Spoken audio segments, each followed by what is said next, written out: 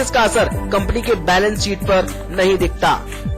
Economic growth डाल रहा है बुरा असर। कंपनियों का यह भी मानना है कि इकोनॉमिक ग्रोथ में आई सुस्ती भी इसका एक प्रमुख कारण है।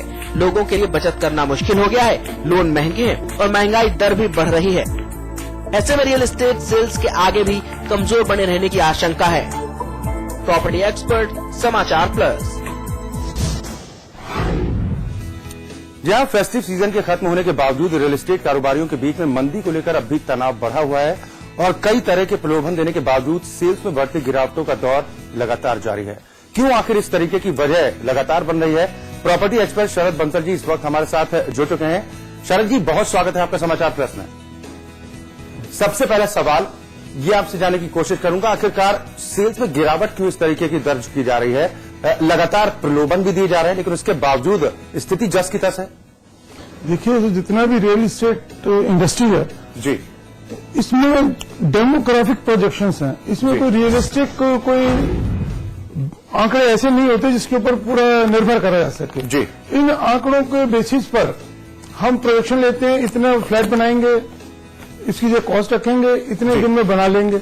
अब इसके साथ साथ जो फॉलोअप एक्शन होते हैं, जो अथॉरिटी से अप्रूवल्स हैं, लैंड का पोजीशंस है, बैंक से फंडिंग है, लोन लेना है, इसमें कोई तालमेल नहीं है जी। इसकी वजह से स्लो डाउन होता है। दूसरा, जो इंफ्रास्ट्रक्चर गवर्नमेंट की रिस्पांसिबिलिटी है, खाली डेवलपर को तो वर्टिकल ढांचा खड़ा कर देना जी। अब चीज आती है, जब सराउंडिंग के इंफ्रास्ट्रक्चर नहीं होंगे उसकी सेलेबिलिटी नहीं बनेगी जी। अगर कोई भी कहीं एंड यूजर जाता है, मैं इन्वेस्टर की बात नहीं कर रहा, एंड यूजर देखेगा वहां मेरे को बच्चों के लिए स्कूल, पार्क, हॉस्पिटल, अच्छी सड़कें, जब तक इन्वायरमेंटल इम्पैक्ट नहीं आएगा रियल एस्टेट में बूम नहीं आएगा। हमारे जो डेवलपर लॉबी है उनको जो टोटल अट्रैक्शन है वो फंड कलेक्शन में जल्दी जल्दी पैसा आ जाए, जल्दी से जल्दी बिल्डिंग अपर खड़ी होती चली जाए, उसके अंदर के कंप्लीशन, उसका रेगुलेटरी अथॉरिटी से अप्रूवल और जो इंफ्रास्ट्रक्चर अथॉरिटीज हैं जिन्हें बिजली, पानी, सीवर, सड़कें देनी है, उनसे वो अपनी तालमेल बना के नहीं रखते और ना ही अपने हमारी जो अथॉरिटीज हैं, चाहे नोएडा अथॉरिटी है, चाहे एनसीआर की गुड़गांव में हुड्डा है, किसी भी अथॉरिटी, जब एक अथॉरिटी का डेवलपर का तालमेल नहीं होगा, उसे जब हमने एक अप्रूवल दी थी 2 साल में 3 साल में पूरा टाउनशिप बनानी है, उसके साथ साथ अगर प्रोपोर्शनेट वो डेवलपमेंट दिखेगी नहीं तो वहां पे इन्वेस्टर अपने आप में अट्रैक्ट नहीं होगा जी। बिल्कुल शरद जी, लेकिन आशंका इस बात को लेकर भी जाहिर की जा रही है कि अगर यही हालात कुछ दिन और बने रहते हैं तो फिर स्थिति क्या होगी? ये तो बहुत ही चेतावनी की बात है डेवलपर के लिए, बिल्डर के लिए, अगर ऐसी हालतों से गुजरना है, क्योंकि एक कर्ज जितना भी बिल्डर लेता चला जाएगा, चाहे एक इन्वेस्टर कर्ज लेता है या एक एंड यूजर लेता है या बिल्डर लेता है। कर्ज एक ऐसा मेहमान है जो आ जाता है, जाने में बड़ी तकलीफ पैदा करता है। जब तक बिल्डर के पास अपना पैसा नहीं होगा और एक प्रोजेक्ट पे वो केंद्रित नहीं होगा, एक प्रोजेक्ट का पैसा खर्च करके दूसरे का तीसरे में, चौथे में लगाता रहेगा, उस प्रोजेक्ट की तरफ से ध्यान हटा लेता है। उसको लगता है जब इसको अगर हम आंकड़ों पे जाएं, जब तक उसका 25 से 30% स्टॉक बिक नहीं जाता तब तक उसके प्रोजेक्ट में अनसर्टेनिटी बनी रहती है। उसको दूर करने के लिए उसको पर्टिकुलर प्रोजेक्ट के लिए जब पैसा कलेक्ट करे उसको पैसे की पार्किंग करे और उसी प्रोजेक्ट में लगाए। अगर ऐसे नहीं लगाएगा, मंदी के दौर को तो हम ब्लेम कर ही रहे हैं, इसके साथ साथ वो उसको आपस में जो उसका कोऑर्डिनेशन है फंड्स का और साइड प्रोग्रेस का और फर्दर अट्रैक्शन पब्लिक के लिए, वो सब खत्म हो जाते हैं जी। शरी, अगर जिस तरीके की स्थिति फिलहाल बनती नजर आ रही है, पूरे दिल्ली एनसीआर की अगर बात की जाए तो 40 से 70% तक सेल्स में गिरावट दर्ज की गई। देखिए, जो हमारे फजूल के आंकड़े या हमारे बड़े बड़े होर्डिंग, एसएमएस, मेल्स, रंग बिरंगे पोस्टर, सेलिब्रिटीज का फेस वैल्यू को करना, इससे प्रॉपर्टी में क्वालिटी और दाम में फर्क नहीं पड़ता जी। लोगों को बहकाने वाली बात है जी। प्रॉपर्टी का होल्डिंग में पोस्टर में कुछ और दिखाएंगे, जापान की, अमेरिका की दिखाएंगे और बेचेंगे वो इंडिया में। लोगों को गुमराह करके अलग अलग जगह के इंटीरियर दिखा के, तनक भनक दिखा के, एक सैंपल हाउस में 50, 30, 40, 35 लाख का फ्लैट है जी, उसमें आप 1 करोड़ का फर्नीचर रख देंगे तो आदमी वहां जाके इतना आकर्षित हो जाता है। फैमिली कॉस्ट को तो जानती नहीं है क्योंकि टेक्निकल लोग नहीं है, उनके पास वो क्षमता नहीं है समझने की, और बिल्डर उसको इतना फैशन के दौर में उसे भड़का देता है कि ना करने की गुंजाइश न रहती, ना तो पैसे की नेगोशिएशन करता, ना लोन की पॉसिबिलिटीज को एक्सप्लोर करता। उसके साथ साथ अपनी अफोर्डेबिलिटी नहीं देखता, एक से तनक भनक में आकर वो पैसा तो लगा देता है, फिर उसके बाद वो डिफॉल्ट में आता है या उसकी अफोर्डेबिलिटी में नहीं आता या उसे वो बेचने की सोचता है। इस तरीके करने के लिए जो रियलिस्टिक प्रोजेक्शन है इन्वेस्टर के लिए और बिल्डर के लिए जो होना बहुत जरूरी है। जब तक इसमें एक अच्छा तालमेल और एक सच्चाई पर आधारित नहीं होगा तो इस तरीके का दौर आता रहेगा। बिल्कुल, इसे आप क्या इकोनॉमिक स्लो डाउन या फिर बढ़ती कीमतों का असर मानेंगे कि जो ये हालात पैदा हो रहे हैं? देखिए, इसके 3-4 फैक्टर हैं। एक तो जब पूरी कंट्री की जो इकोनॉमी है रियल एस्टेट पे डिपेंड करती है जी। अगर उसको जो फंडामेंटल चीज है 60-65% जो इकोनॉमी रियल एस्टेट पर है, इसे जुड़े हुए हर व्यक्ति हर संस्था इसे सफर कर रही है। इसके साथ साथ हम अगर देखेंगे जो इलेक्शन के दौर होते हैं 5 साल में से इलेक्शन होते हैं, आखिरी 6 महीने में जो होल्डिंग कैपेसिटी होती है वो खत्म हो जाती है, जिसमें ज्यादातर जो बिल्डर लॉबी में पैसे के इन्वेस्टर होते हैं, एंड यूजर नहीं होते, या कुछ पॉलिटिशियंस के भी पैसे होते हैं जो इस तरीके से रिजर्व मनी करके रखते हैं, इलेक्शन टाइम में निकाल लेंगे। इसमें प्रॉपर्टी के ना तो पैसे बढ़ रहे हैं ना कम हो रहे हैं, वो तो स्थिर हो गए, लेकिन जो सेल फिगर है जैसे आपने बताया 25 से 30% रह गई है और 60-70% डाउन हो गई है, ये फैक्ट है। इसी तरीके के दौर में लोग अपने सूझबूझ का काम करते हैं, पैसे में रिस्क लेना नहीं चाहते। जो इकोनॉमी स्लो डाउन तो है ही है, इसके साथ साथ लोग वेट कर रहे हैं कि अगर किसी जगह सरकार पलटती है लेकिन पॉलिसीज चेंज तो नहीं हो जाएंगी, उनका पैसा उसमें दाव पे तो नहीं लग जाएगा। इस तरीके का रिस्क लेते हुए इन्वेस्टर पहले से ही चौकन्ना हो जाता है इलेक्शन से 6 महीने पहले। बिल्कुल, इसके पीछे वजह आप नहीं मानते कि तमाम जो छोटी बड़ी कंपनियां हैं उनकी अगर बात की जाए तो वो तो घाटे में चल ही रही हैं, तमाम बड़ी कंपनियां हैं आम्रपाली, डीएलएफ, इन जैसे ग्रुप भी 40 से 70% की गिरावट इनमें भी दर्ज की जा रही है। देखिए, ये तो बहुत ही स्वाभाविक है। जितना उनका बजट है, जितना उनका प्रोजेक्ट कॉस्ट है, उस प्रोजेक्ट में ना लगाकर और जगह पैसे को साइफन कर देंगे तो गरीब क्या है? गरीब तो वही है ना, जिसके ऊपर जितना कर्जा वो उतना गरीब है, या उसकी इच्छाएं उससे क्षमता से ज्यादा है, वो गरीब है। इस दौर में जितने बड़े बिल्डर हैं, छोटों की तो हम नहीं कह रहे, बड़े बिल्डर भी उन्होंने कहीं हजारों करोड़ों में लायबिलिटीज पाल रखी हैं।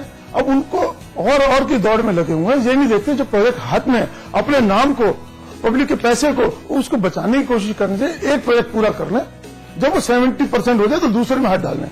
आज किसी भी बिल्डर किसी डेवलपर को देखेंगे 10वें प्रोजेक्ट में उसने इन्वेस्ट कर रखा, उसके पास पैसा कहां से आया?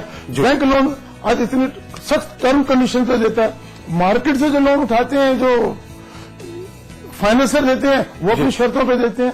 इससे बिल्डर को हर तरीके से भविष्य में नुकसान होने का चांस बना रहता है, और प्रोजेक्ट में घाटा, कंपनी में घाटा होना तो स्वाभाविक है ही। बिल्कुल, और यही वजह कि फेस्टिव सीजन के बावजूद, भारी डिस्काउंट दिए जाने के बावजूद भी जो घर का सपना देखने वाले लोग हैं वो दूरी बनाते हुए नजर आते हैं। देखिए, जो एक छोटे बड़े का एंड यूजर है जी, असली तो नुकसान उसका होता है जी। इधर प्रोजेक्ट में पैसा लगा रहा है जी, उधर किराए के मकान में दे रहा है, उधर इंस्टॉलमेंट उसके आगे, उसके ऊपर तिहारी मार पड़ती है जी।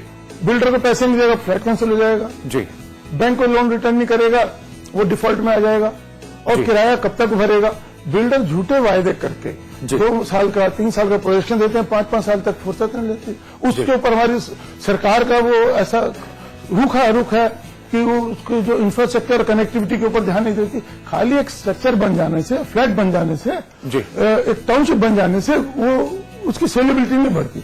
जब तक उसका इंफ्रास्ट्रक्चर को स्ट्रांग इंप्रूवमेंट नहीं होगी, ना तो वहां बसावट होगी जी, सिक्योरिटी, सेफ्टी और पॉपुलरिटी सब कुछ भी नहीं होगा। बिल्कुल, यानी कि कहीं ना कहीं आशंका भी इस बात को लेकर मन में रहती है कि कहीं ना कहीं धोखे के मामले जिस तरीके से लगातार बढ़ते जा रहे हैं, फ्रॉड के मामले एक के बाद एक सामने आते जा रहे हैं, उसके लेकर ग्राहकों में कहीं न कहीं मन में आशंका भी घर कर जाती है। शरद जी, आप लगातार बने रहिए, चर्चा लगातार जारी रखेंगे। प्रॉपर्टी एक्सपर्ट में वक्त हो चला है एक छोटे से ब्रेक का, लेकिन आप कहीं नहीं जाइएगा, क्योंकि ब्रेक के बाद हम आपको बताएंगे आखिर किस तरह के विला लोगों को आ रहे हैं बेहद पसंद। आप देखते रहिए प्रॉपर्टी एक्सपर्ट।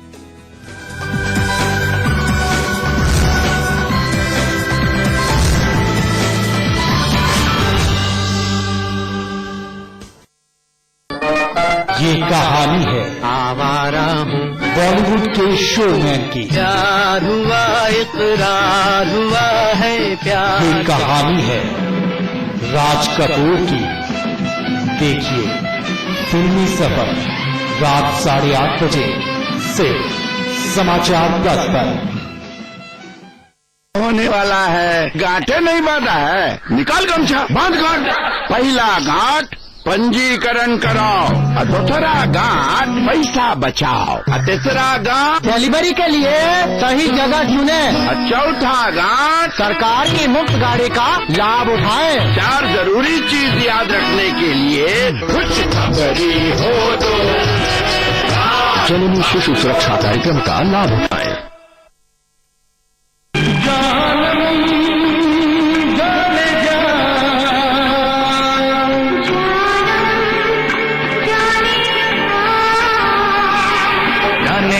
जाने मन मुझको है तेरी कसम, तू जो मुझे ना मिली मर जाऊंगा मैं सनम। देखिए अधूरी दास्तां सिर्फ समाचार प्लस पर।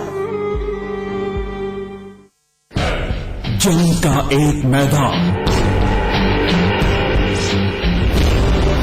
जहां होगी सवालों की सख्त घेराबंदी, तथ्य और आंकड़े करेंगे निगरानी, झूठ बढ़ा देगा जवाब देने वाले की परेशानी,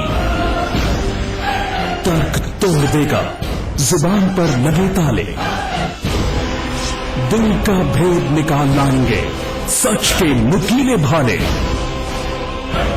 देखिए अमिताभ अग्निहोत्री के साथ चक्रव्यूह शनिवार रात 8:30 बजे और रविवार सुबह 10:30 बजे सिर्फ समाचार प्लस पर। एक क्राइम रिपोर्टर जो जुर्म की दुनिया पर बरपाता है कहर, कानून के हाथ मजबूत करता है, जिसका हर खुलासा जो बखूबी समझता है सबूतों और सुरागों की भाषा, उसका सिर्फ एक ही है मकसद, हर गुनहगार को हो जेल।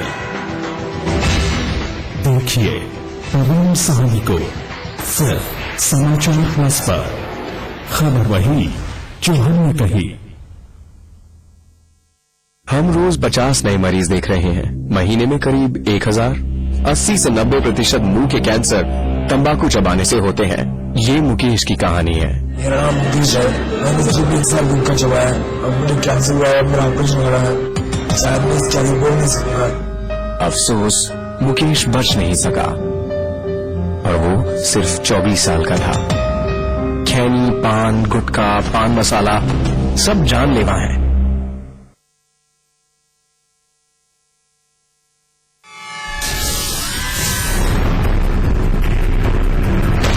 अगर आपके आसपास हो रहा है कुछ गलत, तो समाचार प्लस दे रहा है आपको मौका सिटीजन जर्नलिस्ट बनने का। अपने कैमरा या मोबाइल फोन से खींचिए तस्वीर या वीडियो और उसे भेज दीजिए, या कीजिए हमें फोन। अपनी खबर को दीजिए अपना अंदाज, बनिए जनता की आवाज। सिटीजन जर्नलिस्ट सिर्फ समाचार प्लस पर। खबर वही जो हमने कही।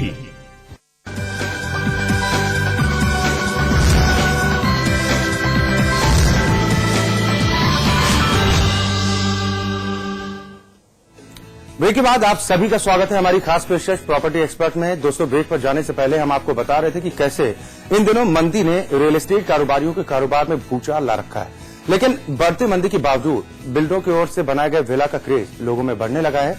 लोगों का रुझान इन दिनों विला की तरफ खासा बढ़ने लगा है। देखिए ये रिपोर्ट। खूबसूरत विला, जरूरत भी और शान भी। बढ़ रहा है विला का ट्रेंड। इंडिपेंडेंट विला लोगों की पहली पसंद।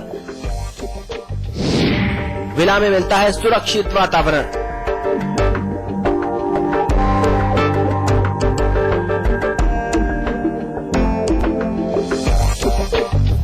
बदलते वक्त के साथ साथ लोग अपने आशियाने में भी बदलाव चाहने लगे हैं। अपार्टमेंट में बढ़ती भीड़ को देखकर लोग स्वच्छ और खुली हवा में सांस लेने को बेकरार हैं। ऐसे में लोगों का रुझान अपार्टमेंट से दूर विला की ओर आकर्षित होने लगा है। इतना ही नहीं, लोग इंडिपेंडेंट विला में रहना महज जरूरत ही नहीं बल्कि इसे शान और शौकत के रूप में भी देखने लगे हैं।